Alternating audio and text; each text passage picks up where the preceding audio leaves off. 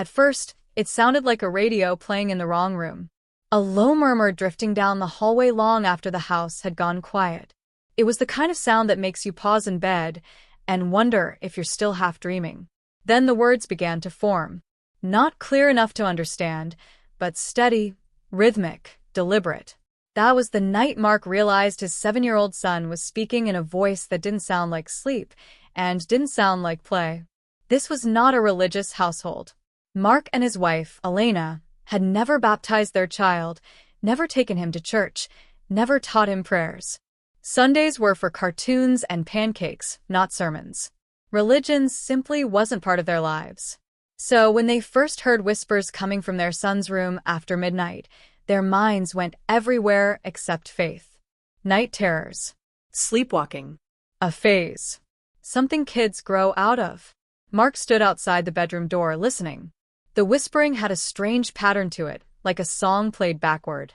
He opened the door slowly, expecting to see his son tossing in his sleep. Instead, the boy was sitting upright on the bed, eyes open, staring at the wall. His lips moved without pause. His voice was calm. Too calm. Mark asked his name. No response. He stepped closer and caught a few words. They didn't make sense at first. The sounds were familiar, but twisted, as if someone had taken a sentence and folded it in on itself. Mark felt a cold prickle at the back of his neck. He recorded a short clip on his phone before gently shaking his son awake. The boy blinked, confused, and asked why his father looked scared. The next morning, Mark played the recording for a friend who had grown up in a church-going family. The friend went quiet. Then he replayed it. Then again. Finally, he said something that made the room feel smaller. That sounds like the Lord's Prayer, he said. But it's backwards. Elena laughed at first. It sounded impossible. But curiosity won. They looked up the prayer online, played it forward, then reversed the audio. The match wasn't perfect, but it was close enough to raise questions neither of them wanted to ask.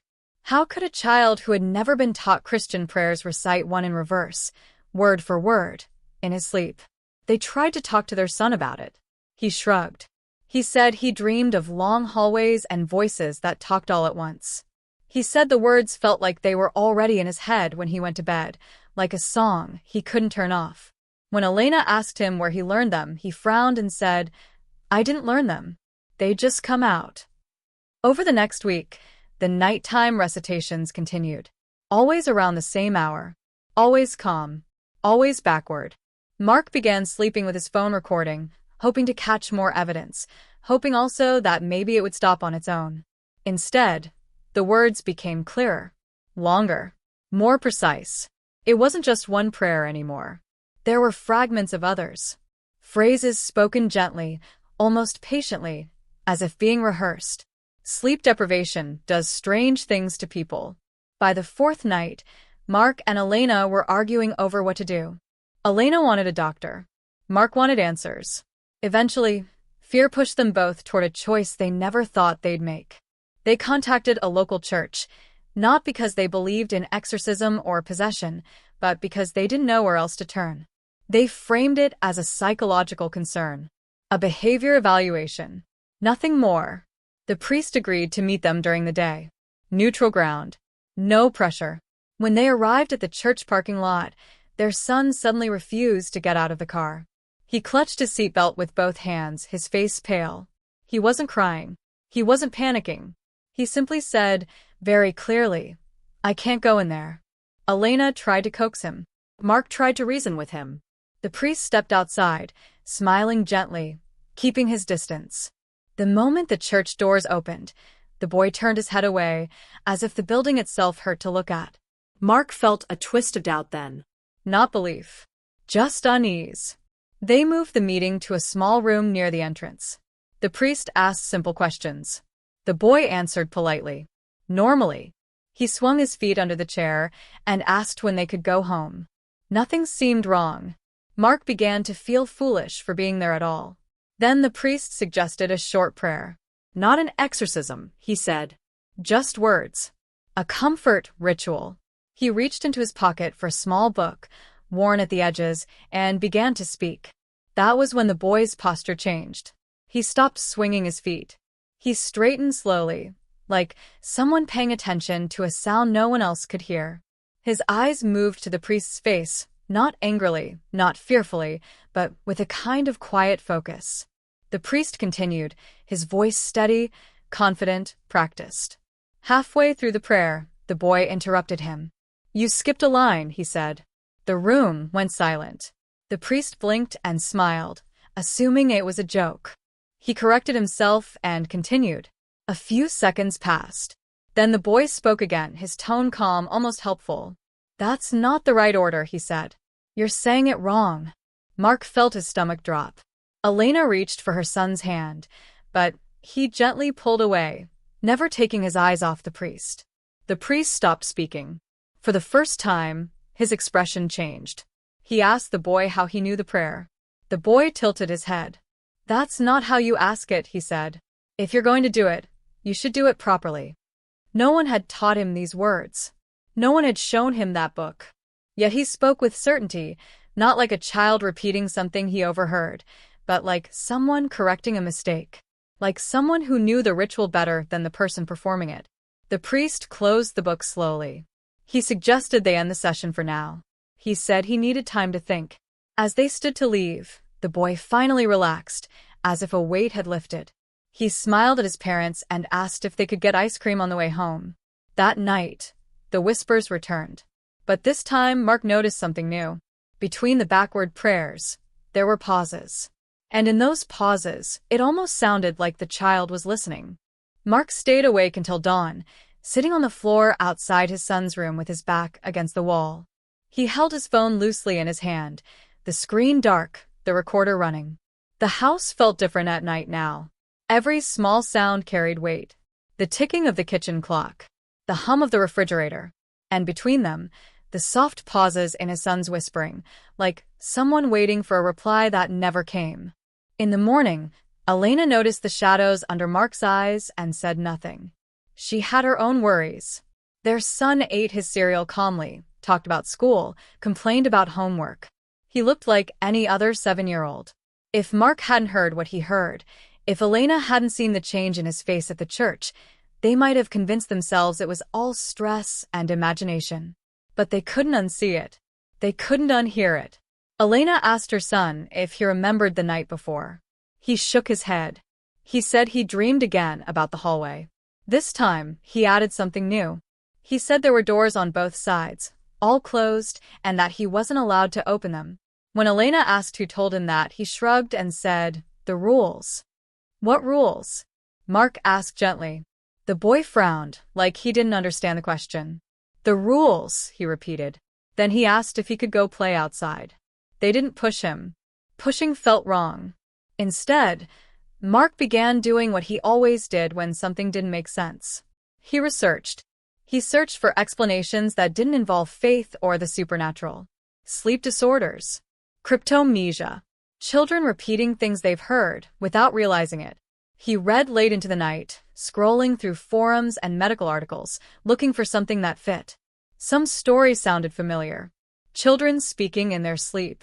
Children repeating phrases in other languages. But none of them explained the precision. None of them explained the correction at the church. Mark replayed the recording again, this time with headphones, slowing it down, reversing it, comparing it to prayer transcripts. The match was undeniable. And there were phrases he couldn't place at all. Elena noticed him pulling away. She noticed the way he jumped when their son spoke unexpectedly. One evening, she confronted him in the kitchen. She said she felt like they were turning their child into a problem instead of a person. She said she was afraid of what this fear was doing to them as a family. Mark didn't argue. He didn't know how to explain that he wasn't afraid of his son. He was afraid for him. A few days later, the priest called. His voice was polite, controlled, but different from before. He said he'd listened to Mark's description again. He said he'd spoken to someone more experienced. He was careful with his words. He didn't say possession. He didn't say exorcism. He said discernment. He said caution. He asked if Mark could send him the recordings. Mark hesitated. Sending those files felt like crossing a line. But he sent them anyway. That night, the whispers changed again. They grew softer, almost respectful. The pauses became longer. At one point, Mark thought he heard his son stop entirely, as if listening closely. Mark whispered his name through the cracked door. There was no response. Only breathing. Slow. Steady. The next morning, the priest asked to meet again. Not at the church. Somewhere neutral. He suggested a small office space he sometimes used for counseling. No symbols. No rituals. Just conversation. Elena agreed, on the condition that nothing religious would be done without their consent. The priest agreed. When they arrived, their son walked in without hesitation. No resistance. No fear. He looked around the room with mild interest and sat down. The priest observed him quietly for a long moment before speaking. He asked about school, about favorite games, about dreams. The boy answered politely, sometimes vaguely, sometimes with strange precision. When asked about the hallway, he said it was where things get sorted. What things? The priest asked. The boy shrugged. Words, he said. Thoughts. Mark felt a chill. Elena squeezed his hand. The priest asked if the words ever scared him. The boy shook his head. They're not for me, he said. I just say them. Who asks you to say them? The priest asked. The boy paused. His eyes flicked briefly toward the corner of the room, then back. No one asks, he said. It just happens. The priest nodded, but his expression tightened slightly, like someone hearing a familiar pattern. He didn't push further. Instead, he thanked the boy and asked if he'd like to draw while the adults talked. The boy happily moved to a small table with crayons. Out of earshot, the priest spoke more plainly. He said he'd heard things like this before, though rarely in children from non-religious families. He said belief wasn't required for certain behaviors to appear. He said rituals and prayers had structure, and structure had a way of surfacing under stress. Mark wanted to believe that explanation. Elena clung to it. Then the priest said something that neither of them could ignore. He said the boy wasn't reciting random prayers. He was correcting errors that most trained clergy wouldn't notice. He was following an order that wasn't commonly used anymore. How would he know that? Elena asked. The priest didn't answer directly. He said more observation was needed. He said whatever was happening didn't feel aggressive. It felt controlled. Intentional. He said that worried him more. On the drive home, their son hummed quietly in the back seat. Mark asked him what he'd drawn. The boy said it was a map. When they got home, Mark looked at the paper. It showed a long hallway, doors on either side, and at the end, a small shape standing still. That night, the recording picked up something new. Between the backward prayers, a second voice appeared. Faint. Not the child's. Not clear enough to understand, but present. Mark stared at the sound waves on his screen, his heart pounding. For the first time, he wondered if the pauses weren't pauses at all. He wondered if his son wasn't listening but answering. And somewhere deep down, a thought began to form, one he wasn't ready to say out loud. What if the prayers weren't being remembered? What if they were being taught? Mark didn't sleep at all that night. He sat at the kitchen table with his laptop open, replaying the audio over and over, adjusting the volume, isolating the background noise. The second voice was faint, almost buried under static, but once he heard it, he couldn't unhear it. It wasn't clear enough to form words, yet it had rhythm. Pauses. A presence. It felt less like a sound, and more like something leaning in close. By morning, he hadn't decided whether to tell Elena.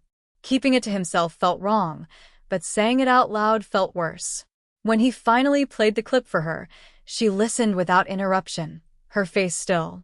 When it ended, she asked him to play it again. Then again. She didn't cry. She didn't panic. She just said quietly, "That's not him." Their son came into the kitchen moments later, rubbing his eyes, asking for toast. He looked smaller than usual to Mark, like the house itself had grown too big.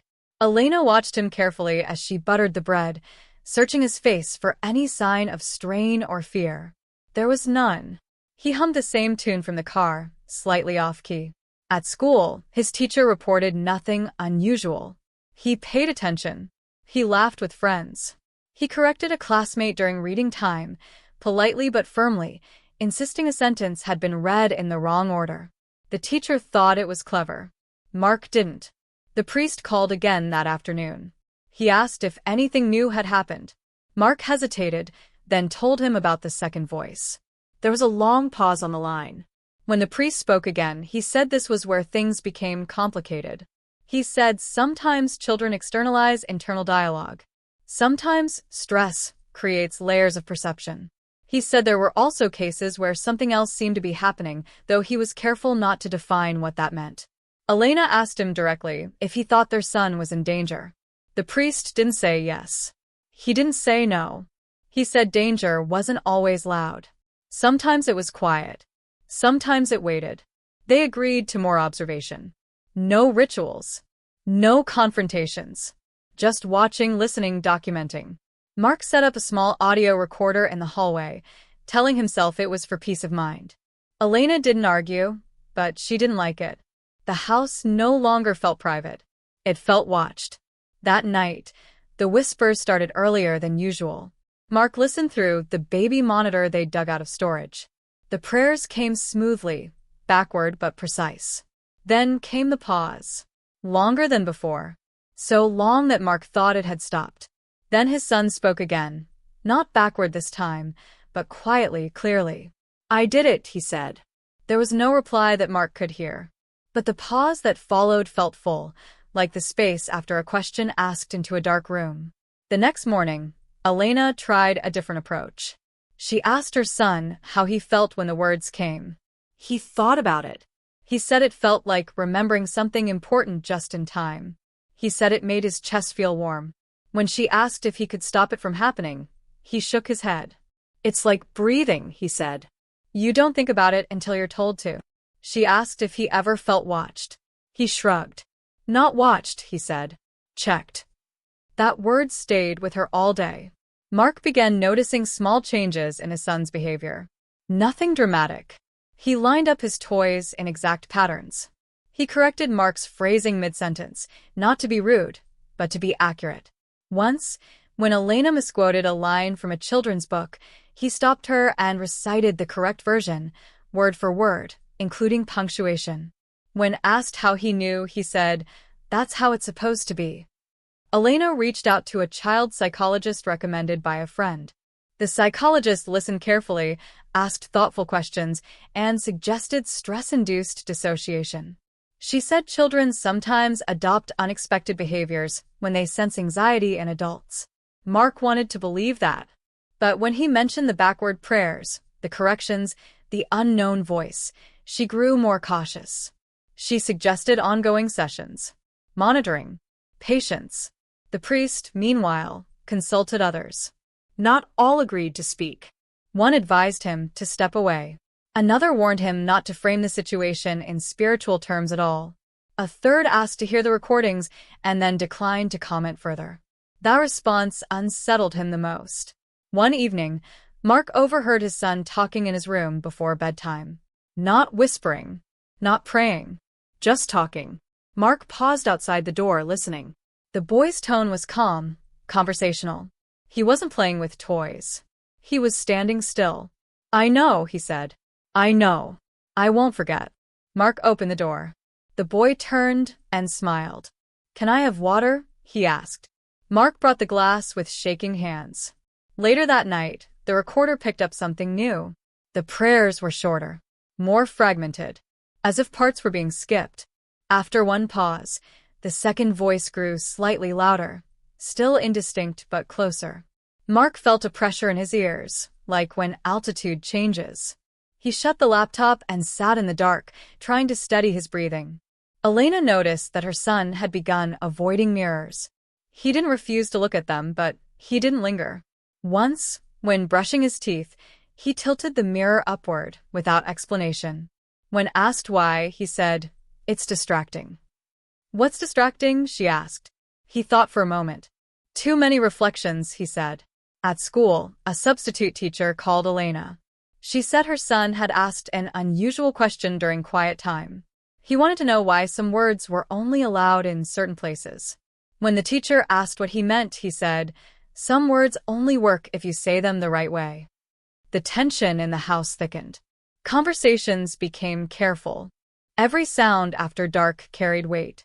Mark and Elena stopped arguing and started moving around each other quietly, like people afraid to disturb something sleeping. The priest suggested one final meeting, not to perform anything, but to ask the boy a direct question. Elena resisted. Mark agreed. They compromised by holding the meeting in their living room during the day with full transparency. When the priest arrived, their son greeted him politely and offered him a seat. The priest thanked him and asked how he'd been feeling. The boy said he was tired. When asked why, he said, "Because there's a lot to remember." "Remember what?" the priest asked gently. The boy looked at him for a long moment. Then he said, "Order matters." The priest didn't press. He thanked the boy and stood to leave. As he reached the door, the boy spoke again, softly but clearly. "You still say it wrong," he said. The priest froze. That night, the whispers didn't stop at dawn. They continued into the early morning light, blending with the sounds of birds and traffic. Mark listened, exhausted, as his son's voice moved steadily through words that felt old and precise. And in the spaces between them, the second voice seemed closer than ever, as if whatever was waiting was growing more patient. By the end of that week, time felt stretched thin, like every hour carried the weight of a day. Mark and Elena moved through their routines on instinct alone. Work emails went unanswered. Meals were half-eaten.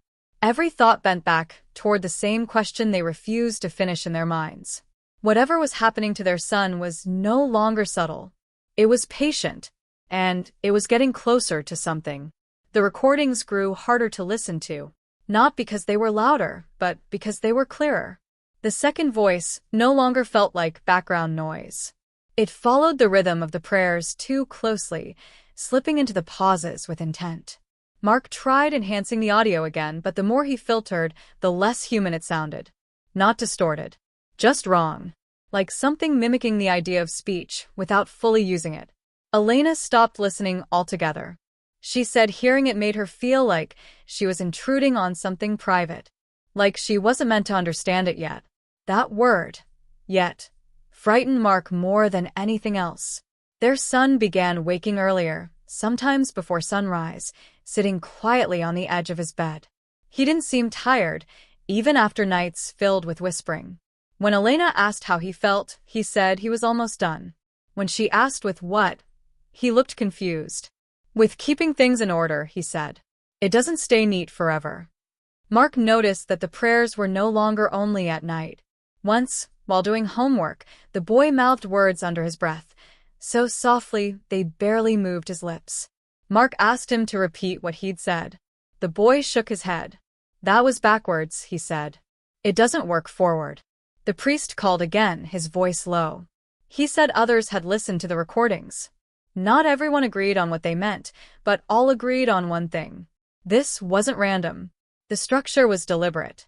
Something was being maintained. "What happens when it's finished?" Mark asked. The priest didn't answer right away. When he did, he said, "That depends on what it's for." They discussed a formal ritual again, carefully, without dramatic language. The priest made it clear this wasn't about force or confrontation. It was about interruption. About asking permission where none had been given. Elena listened in silence, her arms crossed tightly. When Mark asked her what she thought, she said she felt like they were standing too close to a door they didn't understand. That night, the boy refused dinner. He said eating made it harder to concentrate. Elena insisted. He complied without complaint, but later she found his plate barely touched. Instead, he'd arranged the food into neat lines, separated by color and size. Before bed, he asked Mark a question that stopped him cold. "Do you think rules can change?" he asked. Mark swallowed. "Sometimes," he said carefully. "Why?"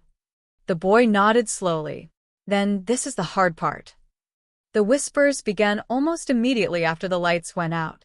Mark and Elena sat together on the couch, not speaking, listening through the monitor. The prayers flowed smoothly, confidently, as if rehearsed countless times. Then something new happened. The boy stopped mid-phrase. There was a long pause. Longer than any before. Then the second voice came through clearly for the first time. Not as words, but as pressure. A low sound that made Mark's chest tighten, and Elena press her hands to her ears. The recorder's levels spiked wildly, unable to capture it properly. And then, over it all, their son spoke, not backward, not whispered, but firm. "I know," he said. "I know where it goes." Elena stood up, her heart racing. "We can't let this continue," she said. "We can't just listen." They went to his room together. The door was open. Their son sat on the bed, eyes open, calm. The room felt colder than the rest of the house. Not freezing, just still. Elena called his name. He looked at her and smiled, the same smile he'd always had. "It's okay," he said. "I'm doing it right." Mark asked who he was talking to. The boy hesitated. For the first time, uncertainty flickered across his face. "I'm not supposed to say," he said. "That changes things." The next morning, the priest arrived unannounced. He said he'd had a strong feeling he needed to come. Mark didn't question it. Elena didn't object. It felt like something had already been set in motion. They sat in the living room, the boy between them, swinging his feet gently.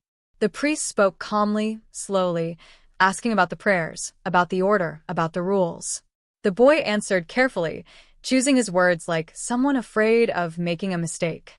"What happens if the order is broken?" the priest asked. The boy's foot stopped swinging. "Then things overlap," he said. "And they don't like that." "Who doesn't?" Elena asked, her voice barely steady. The boy looked at her with something close to pity. "The ones waiting," he said. The priest closed his eyes briefly. When he opened them, he said they might need to stop what was happening before it reached its end. He asked the boy if he would allow that. Not force. Not command. Allow. The boy considered this seriously. The room felt heavy, like the air before a storm. Finally, he said, "If you stop it now, it won't stay quiet."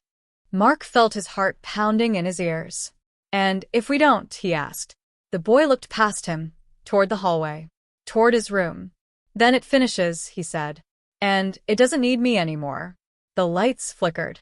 Somewhere in the house, a door creaked open on its own.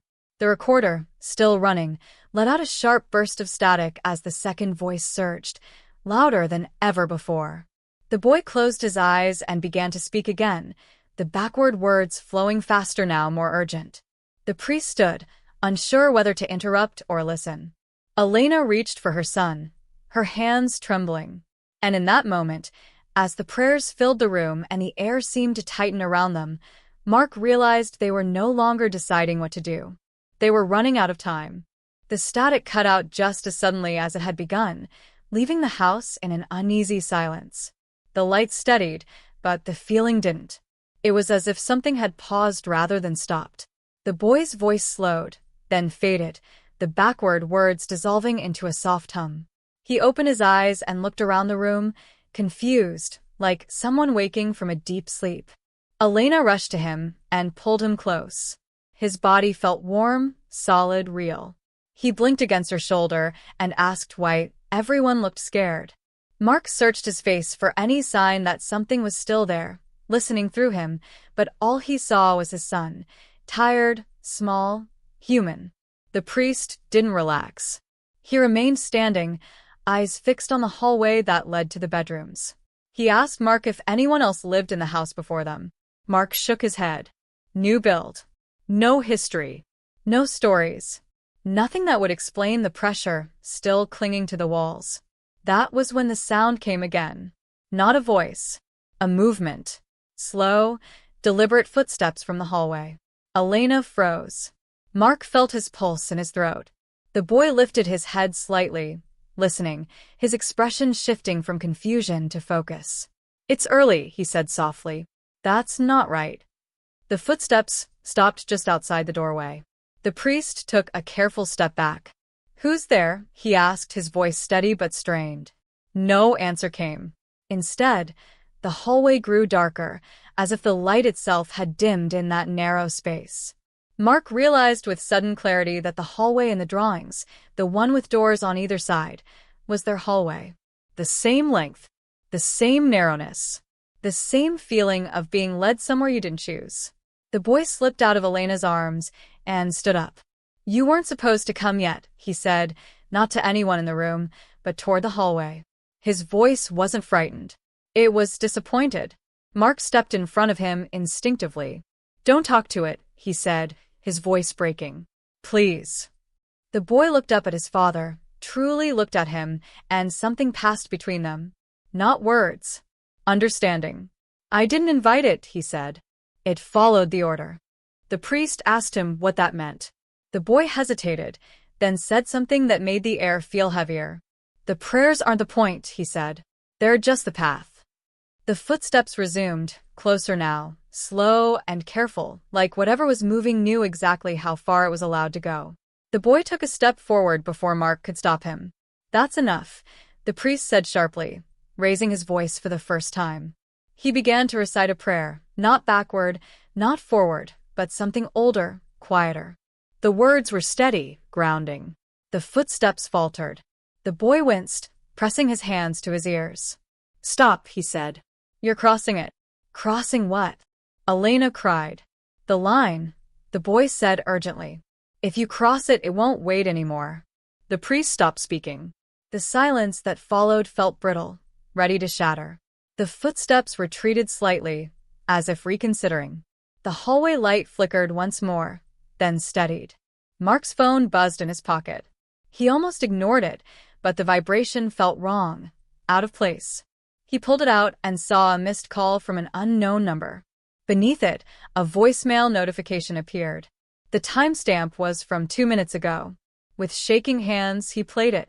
The voice that came through the speaker was familiar. Too familiar. It was his son's voice. Not whispered. Not backward. Clear and calm. "I'm almost finished," the message said. "You need to listen now." Elena stared at the phone, her face draining of color. "That's not possible," she whispered. "He's right here."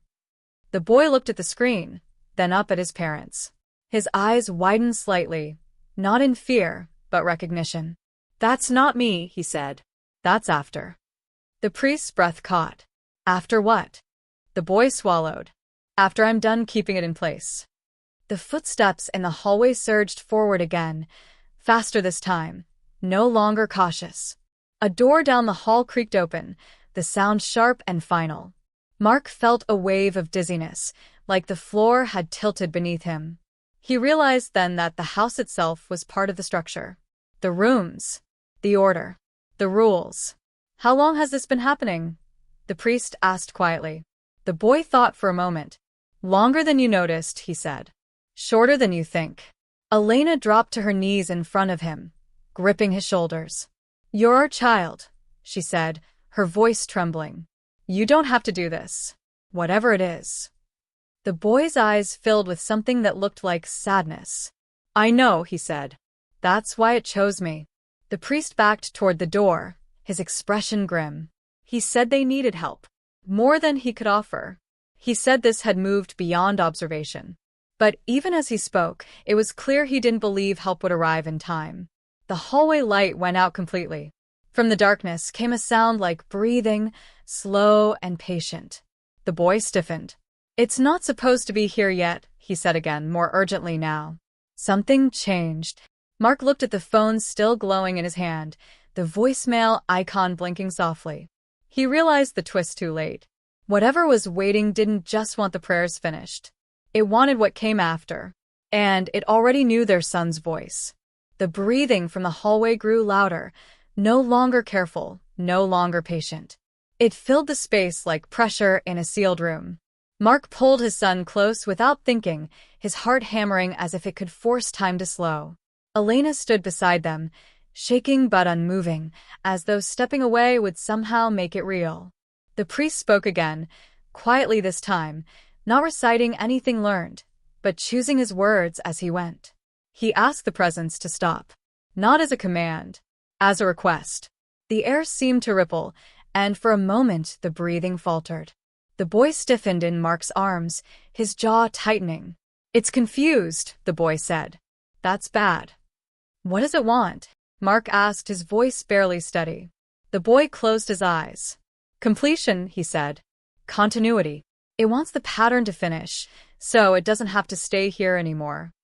Elena shook her head. Finish what? The boy opened his eyes again, and for the first time there was fear in them. Me. The word landed like a blow. The priest inhaled sharply. No, he said firmly. That's not how this works. The breathing surged, louder now, as if in response. The hallway seemed to stretch, shadows deepening until the walls felt farther away. A door slammed somewhere in the house, not hard, but deliberate. The boy slipped from Mark's arms and stepped forward before anyone could stop him. He stood at the edge of the living room, facing the dark hallway, his small frame steady. I know the rest, he said. But if I say it, it ends. And what happens to you? Elena asked, tears streaming now. The boy hesitated. The silence that followed was heavy, filled with choice. I don't know, he said honestly. I think I stopped being needed. The priest stepped beside him, placing a hand gently on his shoulder. You were never needed for this, he said. Whatever this is, it doesn't get to decide that. The boy looked up at him. It already did, he said. A long time ago. Mark felt something shift inside him then, a realization sharp and sudden. The prayers, the order, the rules. They weren't instructions. They were boundaries. His son wasn't opening a door. He was holding it closed. Can you change the order? Mark asked quickly. Can you say it wrong on purpose? The boy's brow furrowed. That would break it. Break it how? Elena asked. The boy looked back toward the hallway.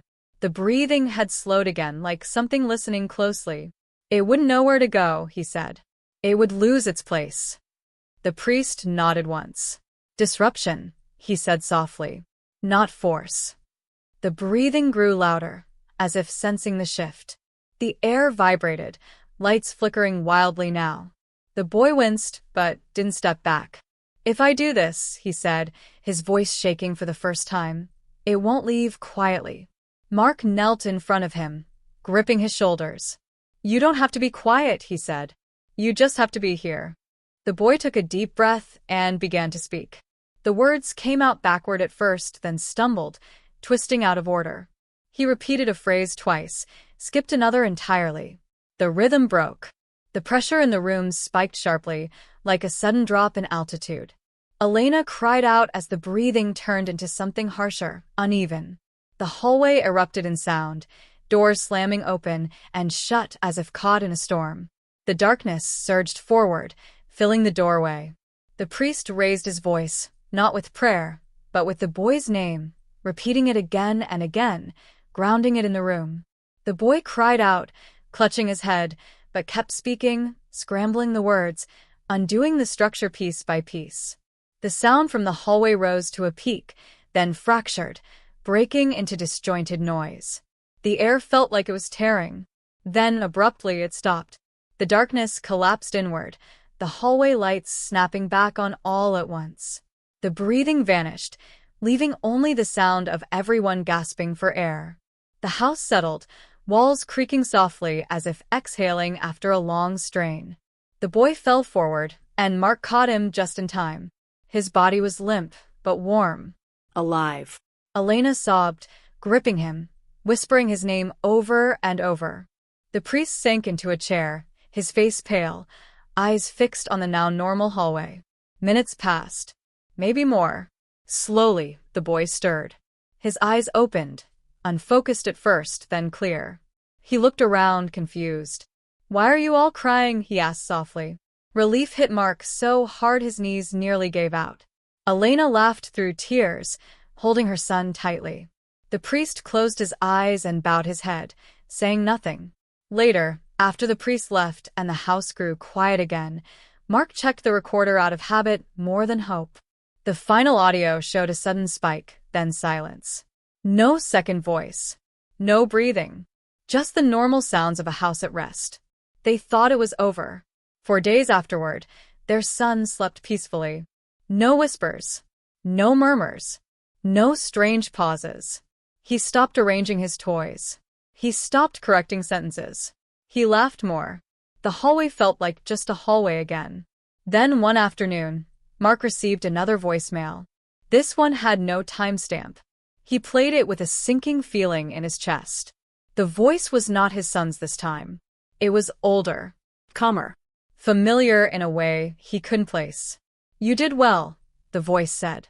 The order held. The message ended. Mark stood frozen, phone in hand, as his son laughed in the next room. And for the first time since it began, Mark understood the final twist. They hadn't destroyed the pattern. They had proven it could be repaired. And somewhere beyond the walls of their quiet house, something had learned how to wait. Mark didn't tell Elena about the voicemail right away. Not because he wanted to hide it, but because saying it out loud would make it real again. He deleted nothing. He saved the file, backed it up, then locked his phone, and sat quietly at the kitchen table while the afternoon sun slid across the floor. In the next room, his son laughed, the sound bright and ordinary, and Mark clung to that like proof. Days turned into weeks, and the house slowly returned to its old rhythms. Mornings were rushed again. Evenings were loud with television and arguments over bedtime. The hallway stayed just a hallway. No footsteps. No pressure. No whispers threading through the dark. The audio recorder gathered dust in a drawer, and the baby monitor went back into storage. Elena noticed the change before Mark did. She said the house felt lighter. She slept through the night for the first time in months. She stopped flinching at small noises. The tension that had wrapped itself around her chest began to loosen, breath by breath. When Mark finally told her about the voicemail, she listened carefully, then surprised him by not panicking. Maybe it's just an echo, she said. Something left over. Mark wanted to believe that. He needed to. Their son remembered none of it. When gently asked about the prayers, the hallway, the rules, he frowned and said he didn't know what they were talking about. He said he'd had bad dreams for a while, but they were gone now. He went back to being a child who scraped his knees, forgot his homework, and fell asleep halfway through movies. The priest checked in once more, then stepped back completely. He said some doors closed best when they were left alone. He admitted he didn't have all the answers, only theories. He believed something had been held in place for a long time and that the burden had fallen on someone far too young. He also believed that burden had been lifted. What about the voicemail? Mark asked him quietly. The priest didn't look surprised. He said patterns don't like to be broken without acknowledgement. He said whatever had been interrupted now understood limits. He warned Mark not to look for meaning in every shadow. Waiting doesn't always mean returning, he said. Sometimes it just means accepting the boundary. Mark wasn't sure if that was comfort or caution. They moved their son's drawings into a box and stored them in the attic. The map of the hallway stayed there, folded carefully. Elena said it didn't feel right to throw it away. Mark agreed. Some things deserved rest, not erasure. Months passed. Life pressed forward, as it always does. The story became something they told less often, then only to each other, then only in quiet moments when the world slowed down. The fear dulled into memory. The memory softened into something like understanding. One evening, while cleaning out old files on his laptop, Mark came across the audio recordings. He almost deleted them. Instead, he listened to the last one again. There was the spike, the collapse, then silence. No second voice. No breathing. Just the sound of Elena crying softly and him calling his son's name. At the very end of the file, barely noticeable, was a sound he hadn't heard before. Not a voice. Not a whisper. Just a small, sharp click. Like something locking into place. Mark closed the laptop and didn't open it again. Years later, their son asked why they'd never taken him to church when he was younger. Elena smiled and said they'd wanted him to choose his own path. He accepted that easily and went back to what he was doing. He didn't seem drawn to religion or afraid of it. It was just another part of the world to him, neutral and distant. Sometimes, though, Mark noticed the boy pausing before speaking, choosing his words carefully. Not obsessively, just thoughtfully. As if he understood, in a way he couldn't explain, that order mattered. That words carried weight. On one quiet night, long after the fear had faded, Mark woke to use the bathroom and stopped in the hallway. The house was still, peaceful. He stood there for a moment listening. There were no whispers, No prayers spoken backward. Only the soft sound of his family sleeping. As he turned back toward his room, he felt it, not pressure, not fear, just awareness. Like standing near something deep and calm. He didn't linger. He didn't record. He simply went back to bed. In the morning, sunlight filled the kitchen. Elena poured coffee. Their son complained about school. Life continued, imperfect and human. The voicemail never repeated. No more messages came. No signs appeared. Whatever had been waiting seemed content with distance. Mark sometimes wondered if the real danger had never been the presence itself, but the idea that some patterns require someone to hold them together, and that the world doesn't always choose the strongest for that task. Sometimes it chooses the quietest. Sometimes it chooses a child. In the end, no prayers were needed. No rituals completed. The order wasn't destroyed, just redefined. Boundaries were drawn, not with force, but with refusal. And if something out there was still waiting, it now understood something important. This house was no longer part of the pattern. And the child who once knew the prayers backwards was finally allowed to forget them.